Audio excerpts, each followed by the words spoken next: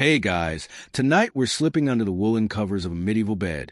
And spoiler alert, you're not sleeping alone. You lie down on a straw-filled mattress that crunches beneath you. The room smells like old wood smoke, damp stone, and something else, something musky. As you tug a heavy woolen blanket over your shoulders, the flickering candlelight dims, and that's when begins. A tiny itch on your ankle, then your shoulder, then your thigh. You scratch, shift, settle again. But they're already crawling, so small you can't see them. So hungry you definitely can feel them. You probably won't survive this night without scratching at least once. So before you get comfortable, take a moment to like the video and subscribe, but only if you genuinely enjoy what I do here. Let me know in the comments where you're tuning in from and what time it is there.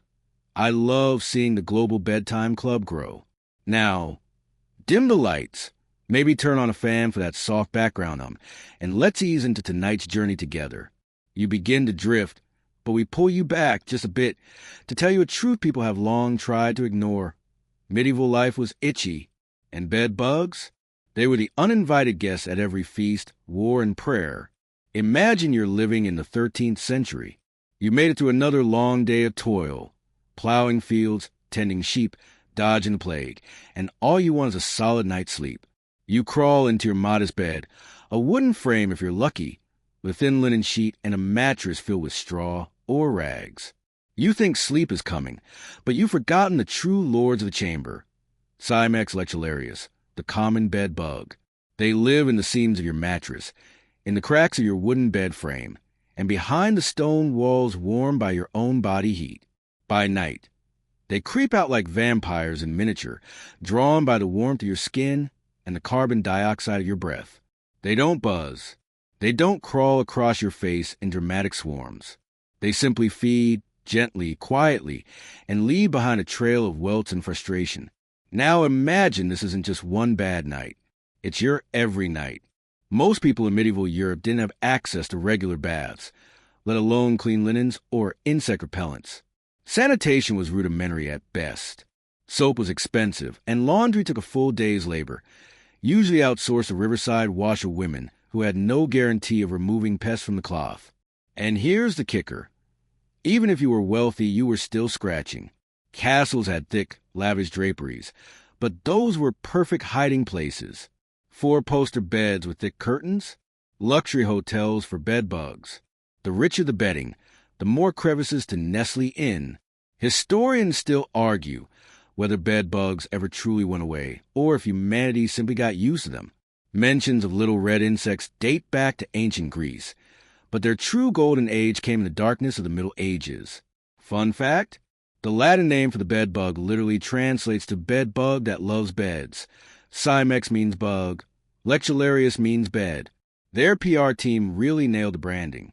And while bed bugs don't transmit diseases the way fleas or mosquitoes do, they still impacted health. Constant scratching led to open sores, infections, and restless nights. A tired peasant is a slow peasant. A sleepless merchant is an unfocused one. It's not a stretch to say these tiny parasites subtly shape daily productivity. You might think this would drive people mad, and you'd be right. There are records of entire households going into bedbug-related frenzies, ripping apart bedding, burning old mattresses, and scrubbing walls with vinegar, herbs, and even urine. Not exactly a soothing bedtime ritual. But the worst part? You couldn't even talk about it freely. Bed bugs were associated with filth, sin, and shame. To admit you had them was to admit your household was unclean. So, people scratched silently, pretending all was well, while under their sheets, entire colonies fed nightly. There's a dark sort of poetry to it, really. As knights rode into battle and monks copied holy texts, these bugs continued their quiet reign, untouched by the grand movement of history, yet always present. Biting, hiding, waiting for the next warm body to rest. And now, as you lie there, in the safety of your modern bed, or at least we hope, think about how lucky you are to have pest control, fresh sheets, and the luxury of sleep without tiny nocturnal vampires. Well, mostly without them. You settle a bit deeper into your medieval bedding, or what passes for bedding, anyway, and that's when you notice it. The smell, not exactly foul, but earthy, mildewy, a bit like hay that's been left out in the rain. That's not your imagination. It's the straw. Your mattress isn't foam or springs or even feathers. It's a tightly sewn linen sack stuffed with straw, chaff, maybe dried moss if you're lucky. It's itchy. It crinkles when you move. And it's home to more than just bed bugs. You're lying on what's essentially a decomposing pile of plant matter. Think of it as a welcome mat for lice, fleas, mites, and our leading actor tonight, bed bugs. They love the stuff. You shift onto your side and find a wooden slat poking your hip. There's no such thing as memory foam here, just memory of every night you've ever slept on this crinkly nest of discomfort. But back to the bugs. You gotta understand, in the Middle Ages, the average person didn't think of bed bugs the way we do now. They didn't call an exterminator or Google, "Why do I have red welts on my arm?"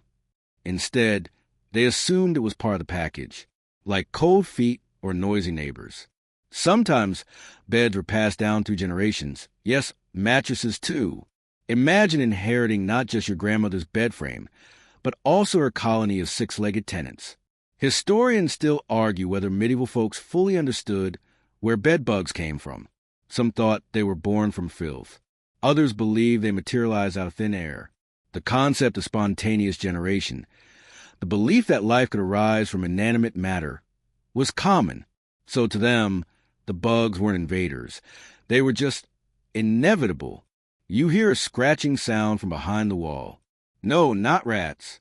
Well, maybe rats too, but not this time. That's your wall, made of wattle and daub, wooden slats smeared with a paste of clay, dung, and straw. Cracked, uneven, full of cozy crevices. Bed bugs hide here during the day, just waiting for you to lie still enough to become their midnight snack. You might try hanging your sheets in the sun. That helps. Sometimes. Or stuffing lavender or wormwood into the bedding. That smells nice, at least. But it doesn't solve the real issue. Your whole house is a paradise for pests. If you're wealthier, your bed might be raised on a wooden frame with ropes stretched across it. Sleep tight literally refer to tightening the ropes. But higher doesn't mean safer. Bed bugs can climb. And your feather mattress, while fluffier, has even more nooks for them to burrow in. You paid more, and you it's just the same. And then there are the tapestries. Yes, those luxurious woven wall hangings that scream status. They also happen to be excellent nesting sites.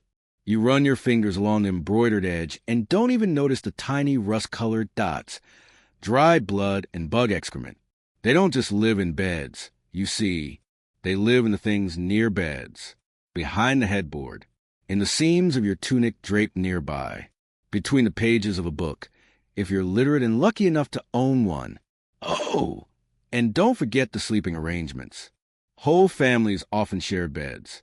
Parents, children, grandparents, even servants. A big warm pile of humans under one blanket. Cozy, right? But to bed bugs, it's a buffet. No need to move far. Just pick a limb, bite, digest, and wait. One quirky tidbit from 14th century Germany describes how peasants try to outsmart the bugs by placing the bed's legs in bowls of water, hoping to trap them before they could climb up. Unfortunately, these bugs can crawl across ceilings and drop like tiny paratroopers. You think you've escaped, and then plop, ambush from above. Even inns and goose houses weren't safe. In fact, they were some of the worst places for infestations. Travelers came and went, bringing new bugs with them.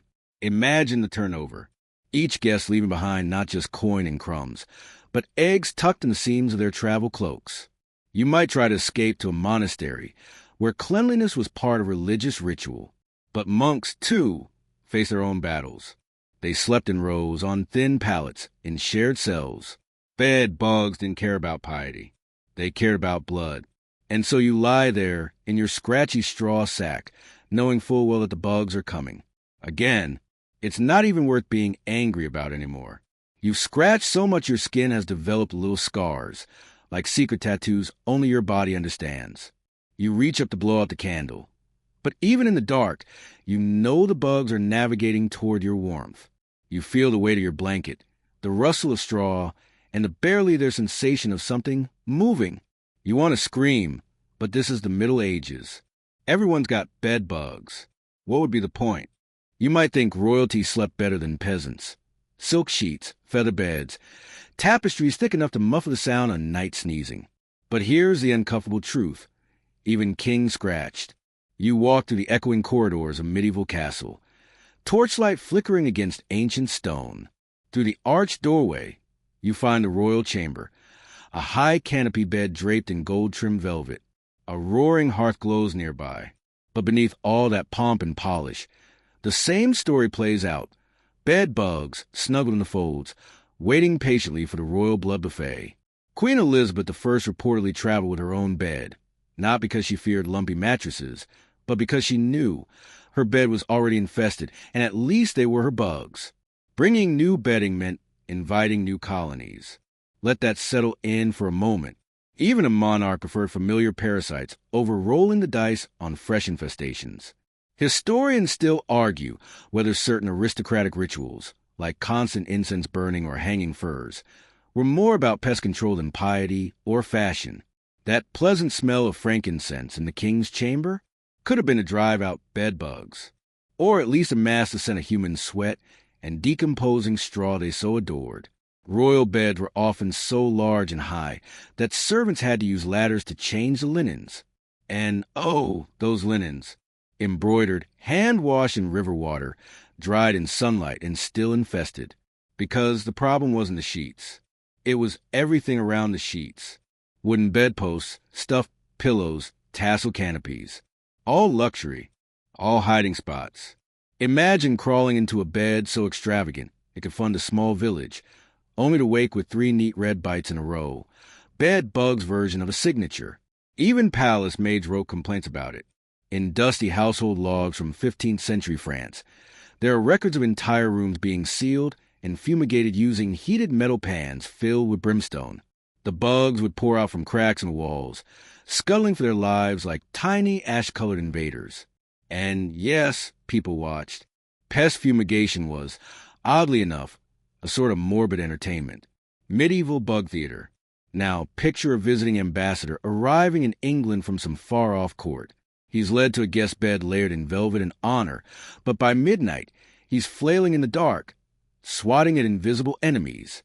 The next day, he gives a formal bow with red welts crawling up his neck. Diplomatic immunity? Not from the bugs. Even children of noble birth weren't safe. Royal nurseries were filled with delicate cribs, woven toys, and tiny garments, all perfect nesting grounds. One fringe account even claims that young princes were sometimes smeared with garlic or onion paste before bed as a folk remedy to keep the bugs at bay. It probably didn't work. It probably just made the kids smelly and bitten. You turn over in your imaginary royal bed and consider this. If castles with money, servants, and stone walls couldn't stop bed bugs, what chance did the average person stand? None. And here's a little-known detail. Some noble families commissioned special bed testers, servants whose job was to warm the bed and check for infestations before the lord or lady entered. Talk about taking one for the team. If they emerged unbitten, it was deemed safe. If not, well, it was back to boiling the linens or burning aromatic herbs. It's funny in a sad way. You imagine lords in shining armor, queens in jeweled gowns, but you rarely imagine them slapping their ankles under covers or waking up with itchy red lines on their legs. And yet, that's probably how many nights played out in the royal halls of Europe.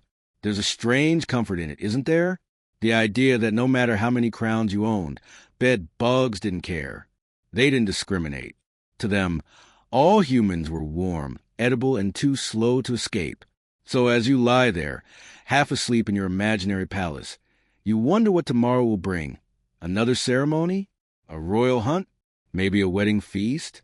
But before you drift off completely, you feel it, that gentle, ghostly tickle across your wrist. You scratch once. Then again, even here, in the high towers of nobility, the kingdom belongs to the bugs. You blink awake to the sound of someone coughing in the room next to yours. Except this isn't your room. It's a medieval inn, and let's just say the walls are thin. Very thin. Your bed is a coarse wool blanket on top of a wooden platform. Or maybe just the floor. There's hay under there somewhere, and something else. Something moving. You try not to think about it. This isn't the cozy roadside tavern with a roaring hearth you've seen in fairy tale films. No, this is a real thing, noisy, smoky, full of people and pests, and a bed bug playground. Inns in the Middle Ages were central to travel, trade, and gossip, but they were also hubs of infestation. Travelers from across towns, kingdoms, even continents, passed through, bringing with them coins, stories, illnesses, and yes, passengers of the six-legged variety. Picture this. A merchant from Venice arrives after a long journey. He removes his boots, drops his satchel, and climbs into a shared bed. Because yes, guests often share beds with strangers. That's not the shocking part. The shocking part is what he left behind. Bed bugs, burrowed in his cloak, tucked into the seams of his bag, or just clinging patiently under his collar. Historians still argue whether these inns were worse than private homes for infestations. But many agree the bugs thrived in these places like medieval Airbnb superhosts. Rooms were rarely cleaned beyond sweeping the floor. Sheets? Washed maybe once a month. And if a mattress got too lumpy, they didn't replace it, they flipped it. Problem solved? You toss in your makeshift bedding and listen to the creaks of the building, the horses snorting in the stable below, and someone snoring so loudly you wonder if they've swallowed a trumpet. And all the while, the bugs are awake. They don't bite immediately. No, they wait. Bed bugs are experts in timing. They sense body heat, the rise of CO2 as your breath slows. Then they make their move, slowly, silently, working in teams. One heads for your ankle, another, your elbow. They drink deeply and then, because they're considerate, they scuttle away to digest in peace. You might think a torch on the wall or a fire on the hearth would keep them at bay. Not really. In fact, they love heat. The warmth of crowded rooms, the tightly sealed spaces for winter, bed bug paradise. And inns weren't just for travelers. Sometimes, entire caravans would huddle in for the night. Soldiers marching across kingdoms, monks on pilgrimage, musicians performing in nearby villages, all crammed into shared rooms or haylofts, itching in unison.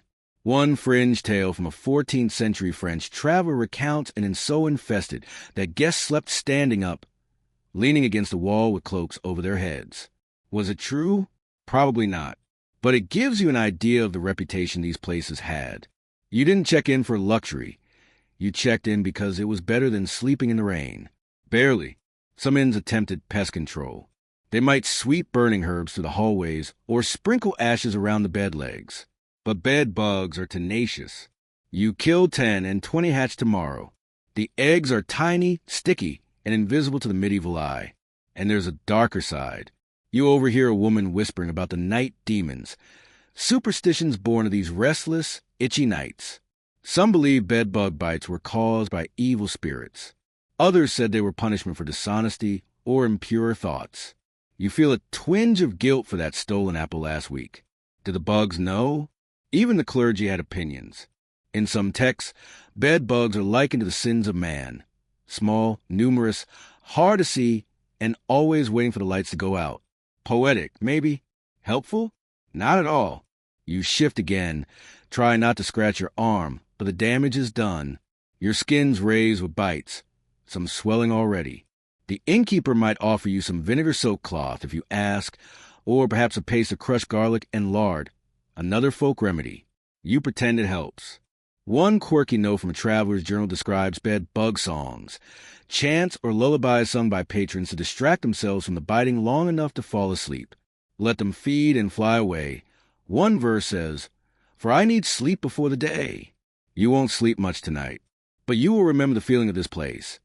The smell of bodies, the scratch of straw, and the certainty that, even in a building designed for rest, the real residents are very much awake. And as dawn breaks and the inn fills with footsteps, shouting in the clatter of mugs, you rise. You itch. You vow never to sleep in an inn again. Until next time, you wake groggy, sore, and scratched in more places than you care to count. You shuffle outside into the crisp medieval morning air, thinking fresh thoughts like, could I be dying? Not from a sword wound or the plague or starvation. No, something humbler, something itchier. It's easy to dismiss bed bugs as mere nuisances. They don't carry bubonic plague like fleas. They don't buzz like mosquitoes. They don't tunnel into your skin like certain tropical horrors you really shouldn't Google before bed. But historians still argue whether bed bugs may have played a more dangerous role in medieval health than we give them credit for. At the very least, they contributed to infection. You scratch an open bite with dirty fingernails, and the wound festers. Multiply that by a lifetime of nightly feasting, and you've got chronic skin issues, potential blood infections, and a general erosion of the immune system. Restless sleep, too, was no small matter. In a world without Red Bull or painkillers, a sleepless night could mean a bad harvest, a botched trade deal, or a sluggish sword arm in battle. Bed bugs may not have spread disease directly, but they certainly open the door for other things to creep in. And here's a fact that makes your skin crawl. They poop where they eat. Little reddish-black dots scattered across your sheets, your shirt collar, your monk's robe. That's not dirt. That's excrement. And yes, medieval folks eventually noticed that the bites and the black marks went hand in hand.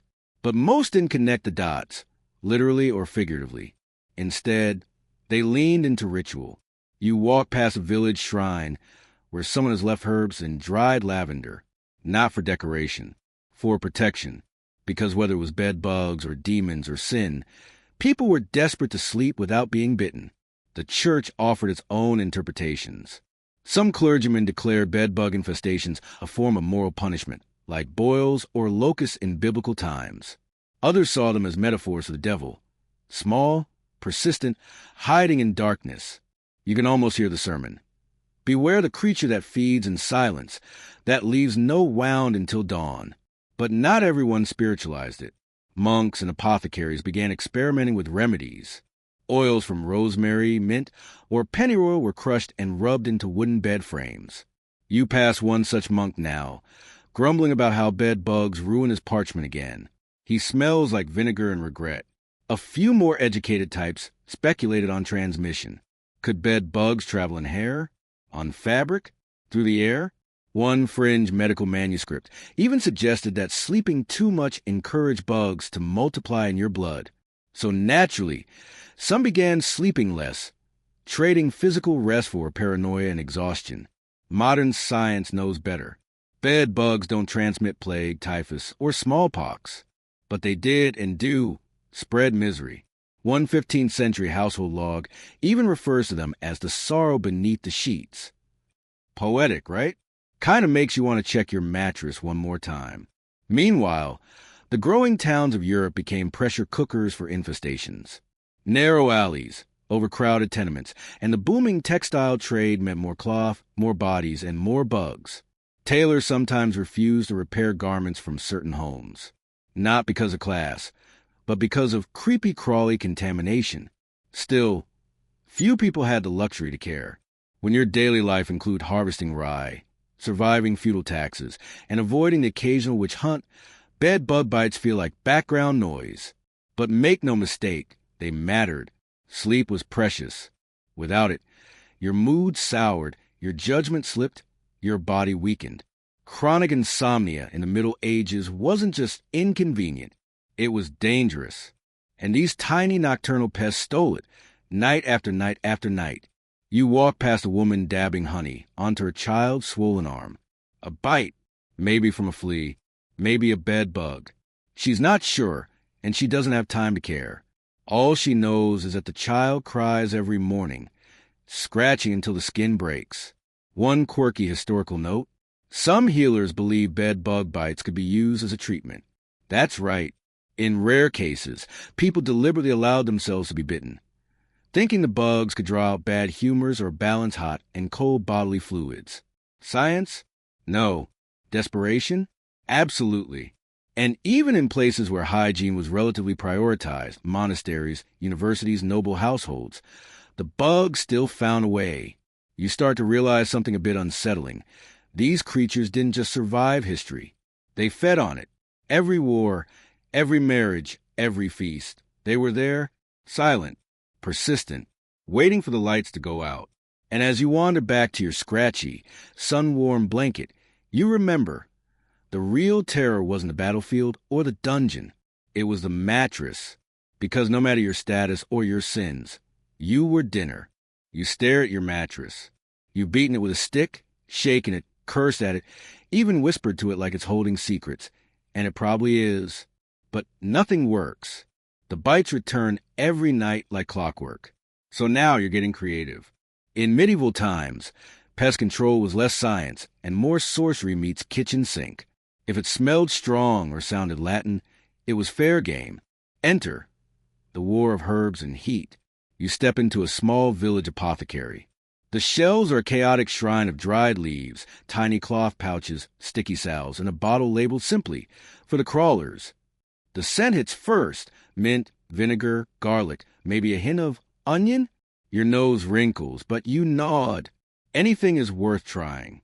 Mint, pennyroyal, lavender, and rosemary were popular herbal allies. These plants were believed to either repel the bugs or at least mask the human scent they hunted.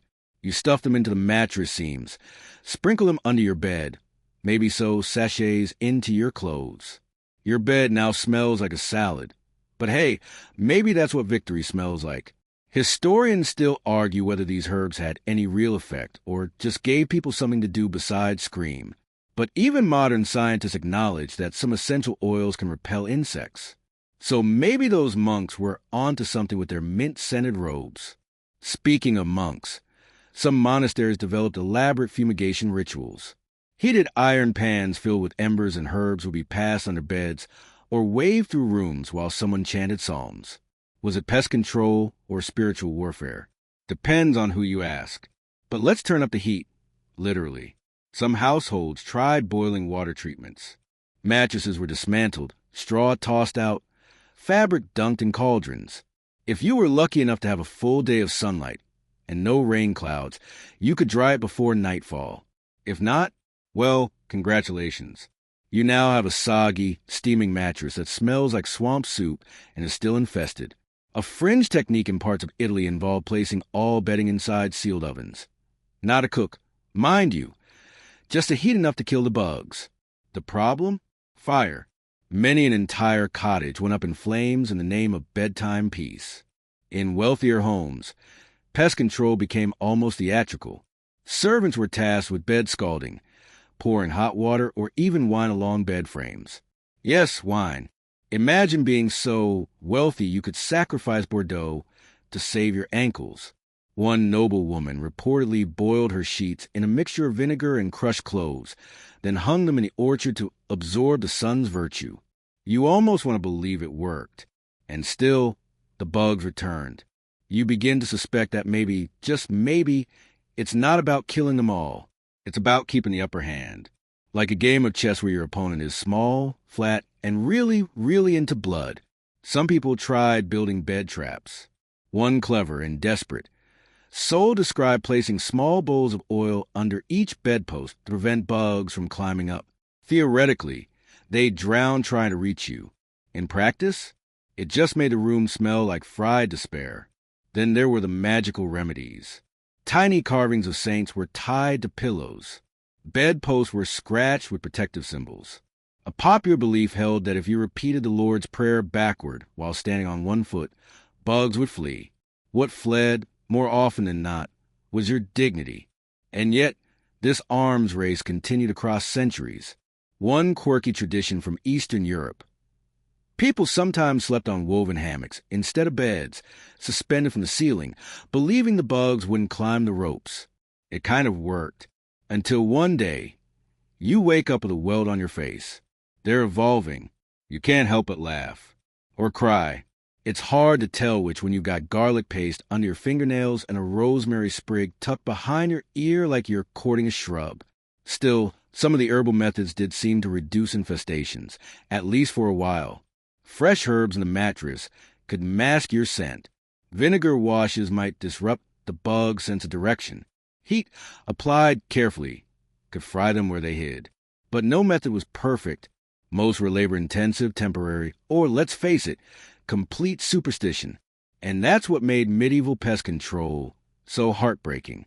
People were fighting a war they didn't understand, with tools that mostly just smelled funny. You climb back into bed, freshly doused with rose water and mint. It's damp, it's chilly, but it feels clean, or at least symbolic. And as the candlelight fades, you hold your breath, waiting, hoping, wondering if the silence tonight will be real. It won't be. You wake with a stiff neck and a distinct feeling that something is nibbling on your ankle. Again. But this isn't your peasant bed anymore. No, tonight you're in a monastery, a place of peace, order, enlightenment, and, as it turns out, bugs. You shuffle past rows of sleeping monks, some snoring softly, others motionless in prayerful slumber. The room smells faintly of wax, parchment, and feet. You expected something holier, but holiness doesn't stop bed bugs. Medieval monasteries were sanctuaries of learning and cleanliness, at least in theory. Monks washed more regularly than most people at the time, scrubbed their robes, and changed bedding more often than the average villager. But even here, bed bugs thrived. Why? Books, glorious, hand-copied, painstakingly illuminated manuscripts. They were valuable, sacred, and absolutely irresistible to bugs. Historians still argue whether bed bugs fed on parchment glue or simply like the dark, pressed spaces of bound volumes. But accounts from multiple abbeys suggest infestations weren't just in beds. They were in the libraries. Imagine a robed scribe hunched over a manuscript, candle flickering, ink drying. He feels something crawl across his wrist. He looks down. A squash speck of blood and legs. Again, he sighs, rubs at the welt, and keeps writing. In principio erat verbum, the word, it seems, must go on, even while scratching. One fringe tale from a German abbey tells of monks forced to store scrolls in suspended linen sacks to keep the bugs out. Another claims a prize Bible had to be rewritten because the original had too many holes. Whether literal or metaphorical, the image sticks. And it wasn't just books. Robes, too, were targets. Made from wool or coarse linen and worn daily, monk garments became cozy hiding spots for traveling pests. You run a hand along your own sleeve and wonder how many bed bugs are in there, just biding their time until Compline. A few monasteries had systems. Some beds were elevated and isolated. Herbal sachets were hung from rafters. Sleeping areas were rotated. But others, they chalked it up to divine testing. Tiny trials sent to humble the proud. You think back to the old friar who muttered, "Bugs keep us honest." Maybe he meant it. You reach for your psalter and shake it lightly. A small red smear appears on the corner of the page. You sigh, not divine ink, not this time. And let's talk about record keeping. Monasteries were meticulous. So when Brother Anselm documented persistent pestilence in the dormitory seams, it wasn't metaphor. It was bed bugs lodged in the walls, mattresses, cloaks, and possibly the choir books. One 14th century director from an Irish monastery even ordered all bedding to be aired and smoked weekly, lest the brothers grow distracted in the night. You wonder how distracted a man must be to start hallucinating psalms in his bug bites. Some monks went full DIY exterminator. They used coals placed in clay pots, slid carefully under beds. The idea was to warm the wood, scare out the bugs, and maybe make the room smell less like, well, monk. Others laid garlands of wormwood or wild rue at the bedposts and whispered prayers while crushing herbs between their fingers. One quirky and questionably effective method involved placing crushed eggshells at the corners of the bed. It was said confused the bugs, tricking them into thinking rival colonies had already claimed the space. Did it work? Probably not. But at least it gave the monks something to believe in when the bites got unbearable. The real tragedy? These were men who had given up all worldly pleasures. No wives, no feasts, no luxuries. Just prayer, labor, and sleep. And even sleep, was stolen from them. But they bore it, because in their eyes, this discomfort was a test. A reminder that the flesh is weak, that suffering draws them closer to God. You, however, are less pious. You're scratching and swearing under your breath, silently hoping a holy fire will just wipe out every insect within a 3-mile radius. And yet, you stay, because where else would you go? The cities are worse. Inns are a nightmare. Castles, we now know, are crawling too. You watch as a younger monk lights a stick of sage and waves it gently beneath the bunks. The air fills with bitter smoke and murmured prayers. You close your eyes and try to believe it'll help.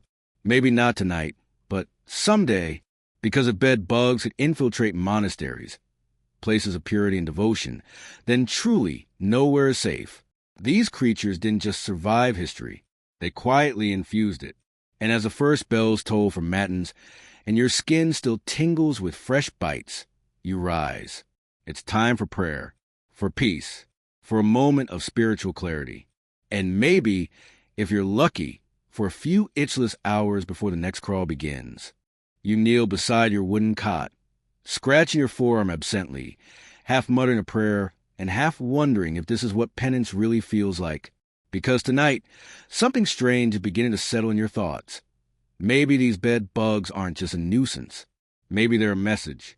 In the medieval world, almost everything had spiritual meaning. Sneeze 3 times in a row? The devil's nearby. Trip over your own feet? God is humbling you. So it should be no surprise that tiny blood-sucking insects who show up without warning, feast on your flesh, and vanish by dawn were interpreted through the same theological lens. Some believe bed bugs were sent by God as punishment for sins you hadn't confessed, or perhaps ones you hadn't even realized you committed. Pride, greed, that sarcastic thought you had about the priest's haircut last week. The bugs didn't care what the offense was. They simply reminded you of your guilt, one bite at a time. You shift in bed and remember an old story a traveling friar once told.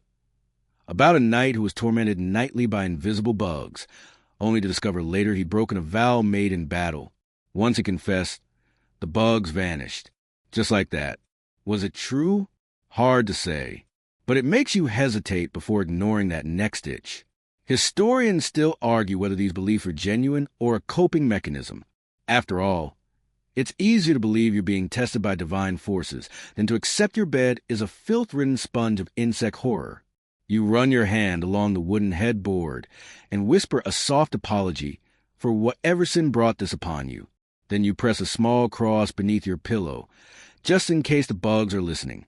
The church didn't help much. Bed bug infestations weren't seen as problems to be solved, but as trials to be endured. There were no holy relics for pest control, no canonized saints of extermination, though one fringe cult did begin praying to St. Hubert, patron protection against rabid animals, as a stand-in. Close enough? Some priests offered practical advice. Sweep your chambers, air out your linens, sleep with your garments tucked tight. Others leaned into metaphor. The bug feeds in silence, one sermon declared, as sin does in the heart. A biting comparison, if you will. In some areas, people try to bargain with the bugs, literally. One bizarre tradition from southern Germany involved writing a bed bug eviction letter, tucking into the mattress, and then ceremoniously dragging the bed frame into the street to send a message. Yes, they treated it like a legal proceeding. Spoiler, the bugs rarely respected the ruling. A few desperate souls turned to darker practices. A village healer offers you a charm, a pouch filled with ashes from burned parchment, powdered bone, and 3 dried rosemary leaves.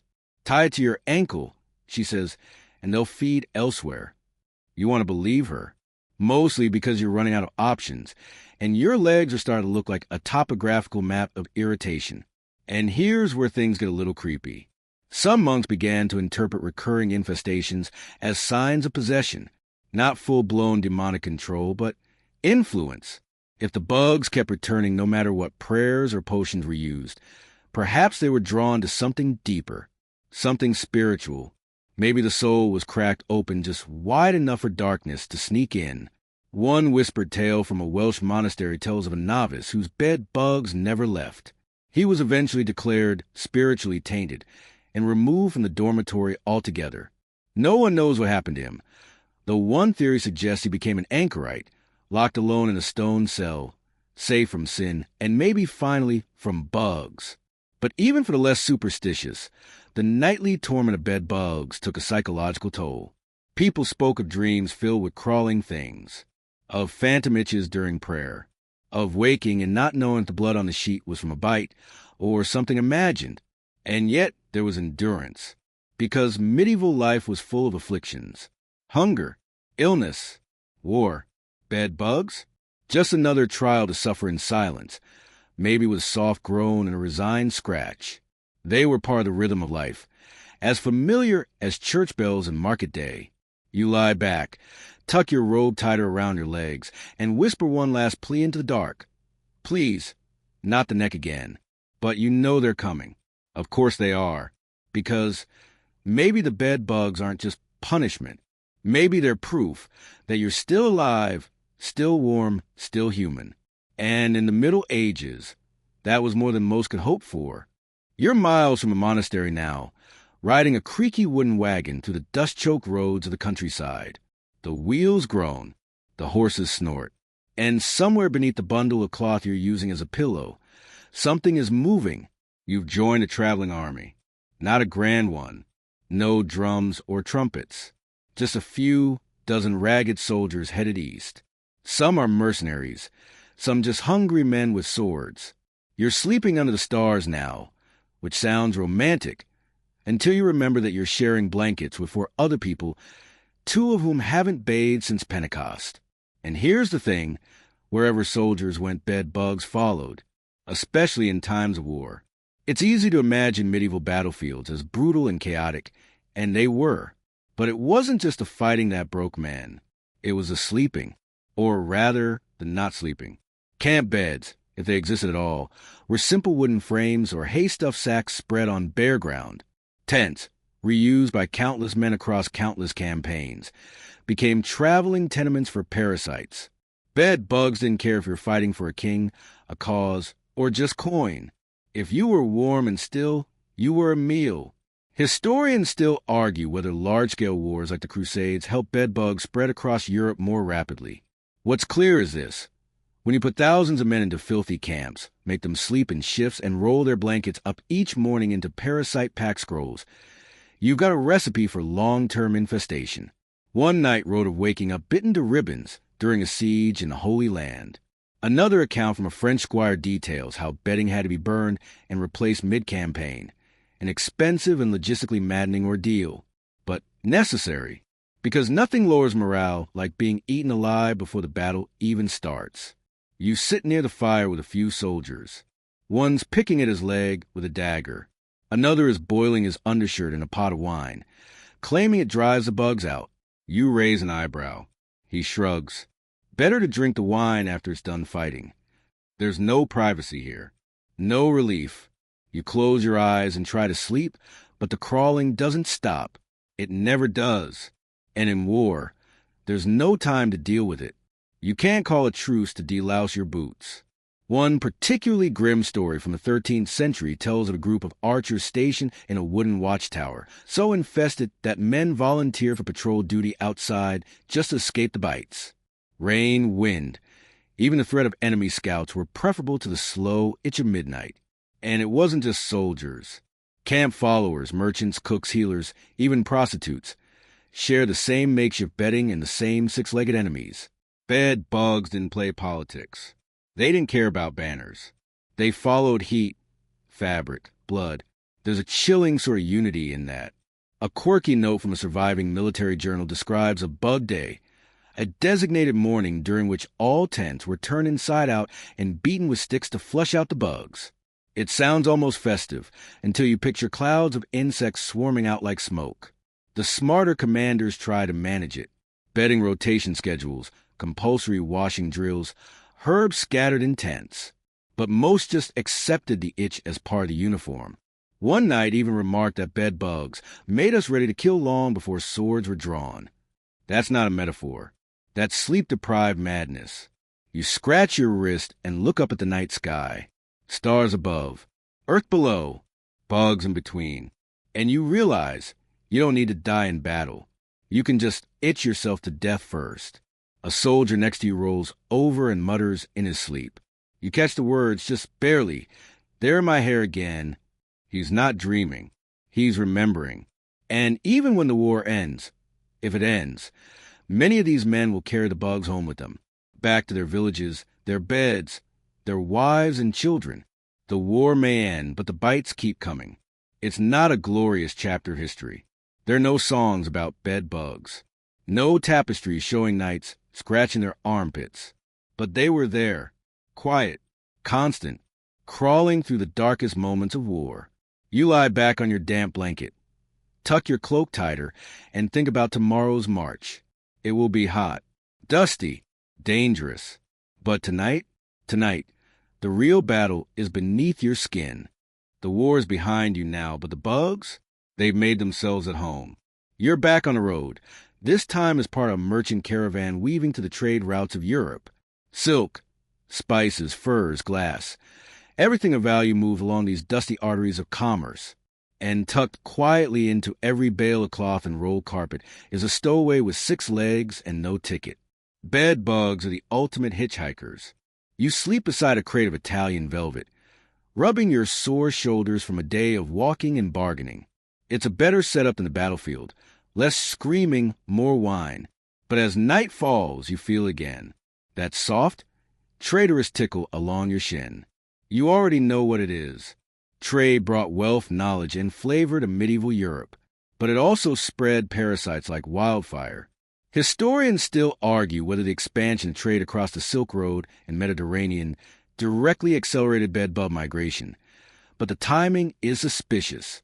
Once linen and started moving regularly between cities, so did the things hidden within their folds. And it wasn't just goods. Pilgrims, diplomats, traveling scholars. Everyone carried belongings, and bugs came free with the baggage. A quirky traveler's diary from 1291 mentions a biting curse that followed the writer from Constantinople to Bruges. He tried lavender, oil, even sleeping on bare stone floors. Nothing worked. His final line, "I have traded silk for wealth and gold for sleep." You chuckle grimly. Seems familiar. You watch your companions bedding down under carts and beside fires. One woman checks her boots for scorpions, then her bedding for crawlers. It's a nightly ritual now. You shake your blanket, slap your tunic, whisper a half-joking prayer to St. Christopher, patron of travelers and, by extension, bug-bitten merchants everywhere. You can't help but admire the bugs, in a way. They have no borders, no loyalties, no need for passports or permits. They go where humans go, feeding off the heat of ambition and the blood of wanderers. And with every shipment, they spread further, from busy French ports to quiet Flemish towns, from Italian villas to mountain monasteries. A merchant unloads cloth in the morning, and by nightfall, a new bed bug colony begins in a stranger's home. They're not just parasites, they're pioneers. Some traders, noticing this, try to fight back. Bundles were fumigated with sulfur smoke. Rugs were shaken over rivers. Expensive bolts of silk were wrapped in oilcloth and sealed in chests with pungent herbs. It helped, sometimes, but most people just shrugged. Itching was part of life, especially on the road. In fact, a common joke among medieval traders went, "If your bed doesn't bite, your deal wasn't worth sleeping over." You're not sure that's funny or deeply tragic. You lie back and stare at the stars, listening to the snorts of donkeys and the faint clinking of coin purses. Somewhere, someone's counting profits. Somewhere else, someone's scratching behind their knee. And maybe, just maybe, those two things aren't as far apart as they seem. You roll over, pulling your blanket tighter, and feel the unmistakable pinch of a bite just above your hip. You sigh. Of course. Trade, after all, never stops. And neither do they. You finally make it to a village that doesn't smell like firewood and failure. The kind of place with painted shutters, cobble lanes, and thatched roofs. Picturesque, quaint, a place where you might actually sleep for once.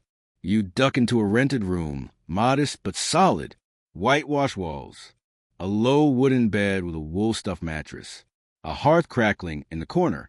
You exhale, thinking maybe, just maybe, you'll get through the night unscathed. But as you sit on the edge of the bed, your eye catches something. A dark speck just beneath the mattress seam. Then another, and another. Suddenly, your charming countryside haven looks more like a buffet. You sigh, here we go again. Because medieval architecture, for all its rustic beauty, was basically an open invitation for bed bugs. The walls? Wattle and daub, layers of twigs smeared with a paste of clay, straw, and dung, cracks and gaps everywhere, perfect for hiding. The roof? Thatched, thick, cozy, for mice, birds, and insects. The floors? Packed dirt, often covered in straw or rushes that were replaced occasionally. Historians still argue whether certain architectural trends worsened pest infestations or simply made them more obvious. But what's clear is this: the very structure of most medieval homes supported the bedbug lifestyle. You run your hand along the bed frame, smooth wood, carved and creaky. The bugs love it, especially the corners where the joints meet or behind ornamental carvings. You swear you see movement, but when you lean closer, it's gone. They're good at that. And here's the irony. The nicer the home, the worse the infestation could be. Stone walls retained heat, perfect for bugs. Canopied beds, with their rich drapes and fabric layers, were five-star resorts in the insect world. Even the tapestries that kept you warm at night also kept your pests close, like itchy little souvenirs sewn into every thread. You peek up at the ceiling and chuckle grimly.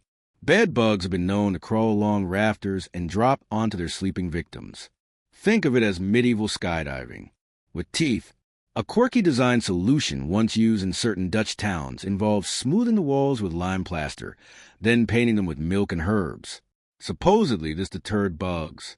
Probably didn't, but it made the room smell like dairy and mint, which is something some wealthy homeowners attempted to seal their beds. They hung linens from rings, tucked blankets into cords, and layered herbs around the legs. One record even describes a bed completely encased in linen, tied shut every night like a fabric sarcophagus. Comfort? Debatable. Effective? Not really. You shift on the mattress. Try and find a spot that doesn't crunch. The wool stuffing has compacted into lumpy ridges over time. Ideal terrain for bug colonies. You think about sleeping on the floor. But then remember, bed bugs also live in floor cracks, and rushes, and shoes. Suddenly, you miss your itchy monastery cot. One fringe architectural practice in Eastern Europe involves suspended sleeping boards, planks hung from the ceiling like swings, away from walls, floors, and posts. The goal? Isolation. The result? Sore backs and occasional concussions from falling out mid-dream. Still, the idea holds. Bugs don't teleport. They crawl. So medieval minds tried to disconnect their beds from the building, raising frames on legs and bowls of oil, hanging hammocks, or even sleeping upright in wooden chairs. Yes, sleeping sitting up, because lying down just invited dinner guests. You lie back, resigned, and listen. Creaks from the roof, wind pushing through the shutters, a soft scuttling sound near the baseboard. You close your eyes, hoping it's your imagination. It's not. Bed bugs are patient. They wait for your breath to slow, your body to warm, your limbs to still. Then they come, not in armies, but in confidence. Because this house, your shelter, your sanctuary, was built with gaps, with corners, with warmth. And to them, that's the same as an open door.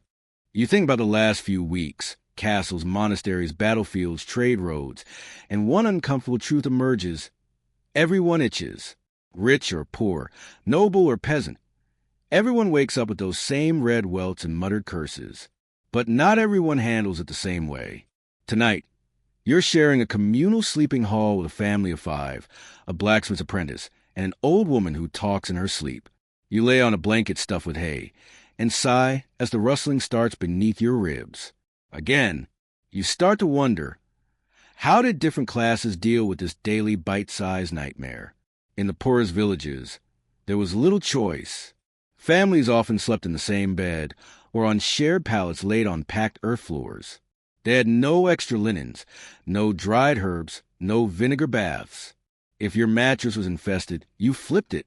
If it got worse, you stuffed it with new straw from the same barn, and probably the same bugs. It was simply life. But in wealthier households, the options expanded. They couldn't eliminate bed bugs, but they could at least perform their resistance. Housekeepers aired bedding weekly. Linens were sent to washerwomen, scrubbed with ash soap in freezing rivers. Mattresses were beaten on sunny days like they owed you money. Historians still argue whether noble homes were significantly cleaner or just better at hiding the mess. But there's no denying the rituals were elaborate. A quirky 15th century inventory from a noble woman's estate listed 3 bed ropes for feather bolsters, 1 cedarwood chest of linens, and 2 servants dedicated to the airing of bedclothes. 2 people, full time, just to chase away bugs with sunlight and elbow grease. You don't get that in a 1-room cottage. Then there's the furniture itself. The poor might sleep on a straw sack or the floor. The rich had grand 4-posters with curtains, canopies, and tassels. Looks cozy, right? Actually a nightmare. Every fold of velvet, every carved flourish, every embroidered pillow was another crevice for the bugs to claim. More luxury often meant more bugs, not less. Some aristocrats tried to outclass the infestation with design. Beds raised high above the ground. Ornate legs dipped in bowls of water or oil. Decorative hangings lined with herbal sachets. Did it work? Sometimes, but not always. Bed bugs are climbers, and jumpers, and survivors. You hear the old woman snort in her sleep and mutter something about those little devils.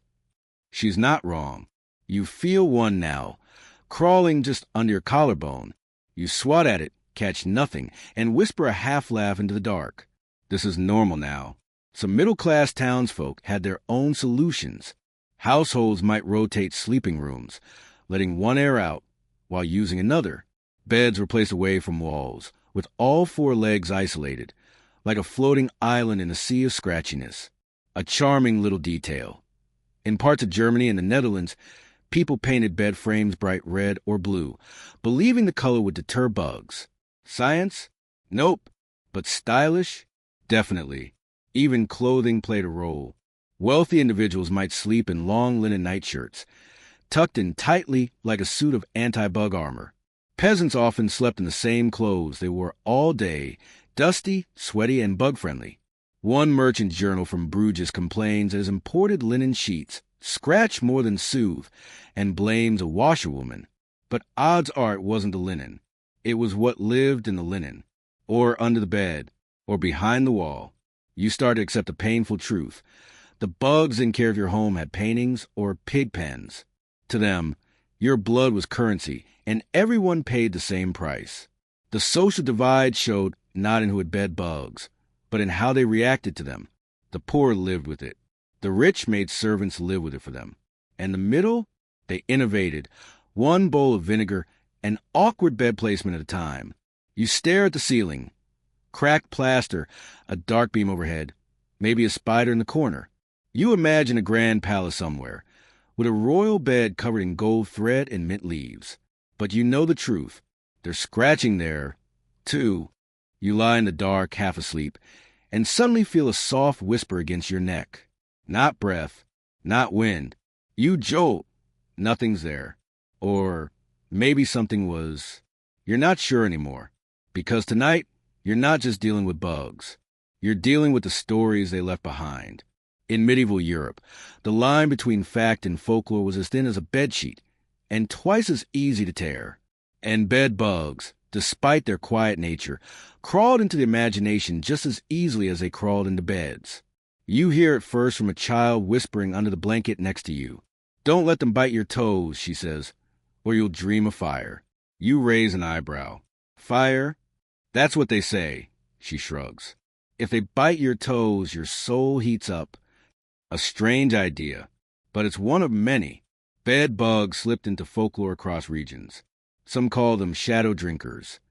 Others believe they were cursed spirits, souls of the unburied, doomed to crawl forever in the dark. A lovely bedtime thought.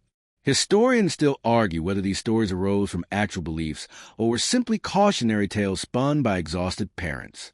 But what's certain is that bugs became a symbol of restlessness, of punishment, of secrets in parts of rural England. Children were told that if they told lies during the day, the bugs would come nibble their eyelids at night. A quirky deterrent, but one that probably made honesty the itch-free option. Elsewhere, it was said that bed bugs could hear prayers, that if you muttered apologies before sleep, they'd spare you, bite someone else in the room instead. You think back to all the nights you curse aloud. Maybe that's why they're targeting you. You shuffle closer to the hearth and listen to an old woman telling a story to her grandson. Something about a midnight bug king who rode on a rat's back and chose which sleeper to torment. It sounds ridiculous until you hear the scurry in the rafters and wonder. And the superstitions didn't end at bedtime. Some believe that if you crushed a bed bug in your hand and its blood stained your thumb, it meant someone in your family was hiding a sin. Others believe that carrying a dead bug in a pouch would protect you from curses, though the smell probably just protected you from people in general. More than a few medieval doctors claimed they could tell a patient's moral character based on where their bites appeared. Forehead? Pride. Arms? Envy. Legs? Lust. You lift your blanket and peer at your calf. Oh, it wasn't all doom and gloom, though. In certain Italian villages, people held seasonal cleansing nights, where whole neighborhoods would beat their bedding in unison and chant rhymes meant to drive bugs and bad luck away. One verse survives in a dusty dialect. Bite not my back, bite not my bones, go find a sinner with dirtier homes. Catchy. Even literature wasn't immune. Bed bugs snuck into medieval poems, diaries, and sermons. One French satirical ballad compares greeting nobles to bed bugs, feeding in the dark and fleeing before dawn. You wonder how many of those nobles laughed when they read it, before scratching their necks. But perhaps the most persistent myth was that bed bugs whispered at night, that if you lay very still they'd speak. You wouldn't hear them exactly, but you'd feel their warnings. Itches that meant something more. Don't trust a baker. Your neighbor hides secrets. Your wife dreams of someone else. Totally irrational, of course. But then again, you do feel uneasy every time you lie still too long. Some travelers kept journals of their bug-bitten dreams. A merchant wrote that after being bitten 3 nights in a row, he dreamt of his own death, crushed by barrels of salt. He avoided barrels for the rest of his life. You feel a bite now, upper shoulder. You rub it slowly and whisper, Okay, you've made your point. Are you bargaining with bugs? Maybe.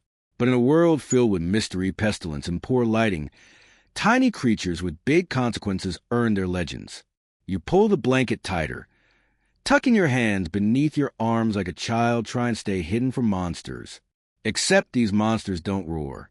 They crawl, and they've been part of your story all along. You wake up in a cold sweat, not from a nightmare, but from the heat of a pan being passed just inches from your mattress.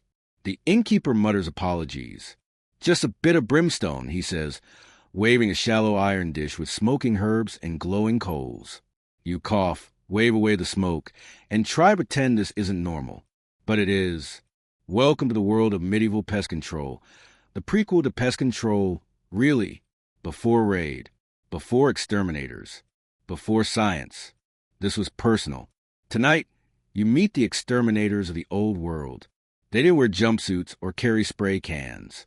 They were servants, herbalists, and in some cases, full-time bugmen hired to do the dirty work. One quirky job title from 15th century Prague was wandsman, literally bed bugman.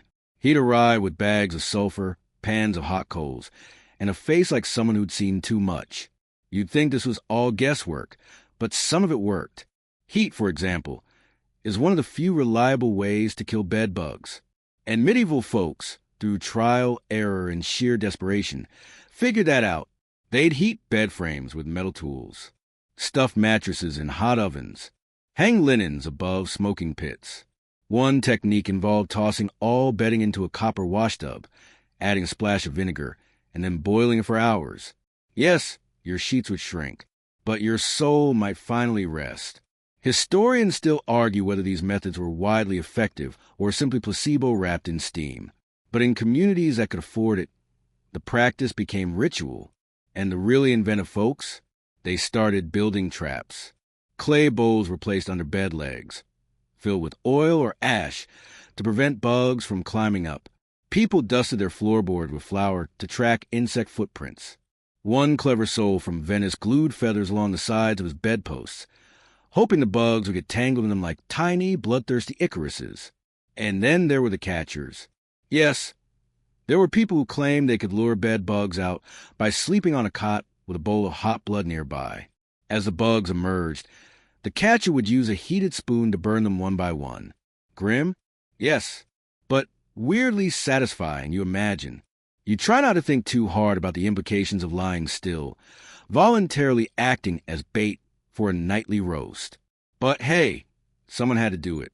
Some homes hired women to inspect bedding weekly with little hooked sticks, use the comb seams, and catch eggs. They'd gather the bugs into a jar and smash them with stones. One diary entry reads, "Crush 47 tonight. A good number. The Lord smiles." You chuckle. Bug smashing is spiritual exercise. Still, most people didn't have specialists. They fought the infestation themselves. Boiled vinegar, smoked rosemary, poured hot tallow into mattress seams. If they were really desperate, they threw the entire bed out and slept on a bench. Of course, none of it ever truly worked forever. Because even if you cleared your bed, the bugs hid elsewhere, behind the hearth, in the beams, inside your cloak, waiting, breeding. One fringe belief from the Balkans said that whispering threats to bed bugs before sleep would scare them into hiding. Something like, "If I see one of you tonight, I'll burn this whole house down." A medieval pep talk. Did it work? Who knows? But it's satisfying to try. And sometimes people gave up altogether. They simply accepted the bugs as housemates, gritted their teeth, slept in shifts, or sat upright in chairs all night, dozing in spurts. One noblewoman even wrote that she took rest in the daylight only, for night brings too many visitors. You reach down and scratch your ankle. Again, you glance around the room. Coals glowing, smoke curling up the rafters, a faint scent of mint and sulfur hanging in the air. It helps. A little. And for tonight, that might be enough. Because while the bugs always return, so do the people fighting them, armed with spoons, herbs, smoke, vinegar, and the kind of stubbornness only centuries of shared discomfort can breed. You pull the blanket tighter, lower your head to the pillow, and mutter softly to the unseen, "I dare you to bite me again." You probably shouldn't have said that. You've traveled across war camps, through cloisters and castles, slept under stars and thatched roofs, and now, at last, you return home. You ease into your own familiar bed, one you've known for years. Same creaky frame, same wool-stuffed mattress, same faint scent of dried rosemary, and, of course, the same bugs. You no longer jump at the feeling of a bite. You barely notice the scuttling. It's strange, but somehow you've adapted. They're not welcome, but they're familiar. They're historic, because the truth is, the story of bed bugs isn't just about discomfort. It's about resilience, yours and theirs. You lie back and think of all the things you've learned. That everyone, from kings to cobblers, bore the nightly bites. That monks scratched during prayer, merchants sold infested linens, and soldiers dozed on lice-laced cloaks. That no matter how much wealth, piety, or vinegar you had, you were never truly safe from the itch. And yet, people lived. They loved. They wrote songs, carved cathedrals, survived winters, dreamed dreams. Even when sleep was fractured and flesh was sore, life marched on. Modern life might feel worlds apart. Clean sheets, climate control, bed frames sealed with industrial polish. But bed bugs? They're still here. Hotels, homes, subways. Your world may be digital, but theirs is biological and very, very old. Historians now trace their lineage back millions of years. Before humans, before castles. These bugs are survivors in their own right. Parasites, yes, but also quiet stowaways on the ark of civilization. They fed on Roman senators and Victorian poets, and probably at least one person you stood behind at the grocery store. So tonight, as you scratch the familiar patch on your ankle, don't just curse them. Understand them. They're the creatures we never invited and never quite defeated. They fed off our heat, our stillness, our need for rest. And in return, they taught us humility, perseverance, and 1,000 bad ideas about garlic. This is a legacy under your sheets. Not one of horror, but of history. Because bed bugs didn't change the world with swords or speeches. They change it with a bite. Now, take a deep breath. Let your body melt into the mattress, modern or medieval, itchy or not, and feel the way the day lift gently off your shoulders. The candle has long since burned out. The embers in the hearth have faded to a dull red glow, soft as a whisper. Outside, the wind rustles the trees just enough to remind you that time is still passing. But here, in your room, in this moment, you're completely still. No footsteps, no wagons, no sermons or soldiers. Just the quiet creak of the bed, the slow rise and fall of your breath, and maybe, just maybe, the imagined scratch of a bite that isn't really there.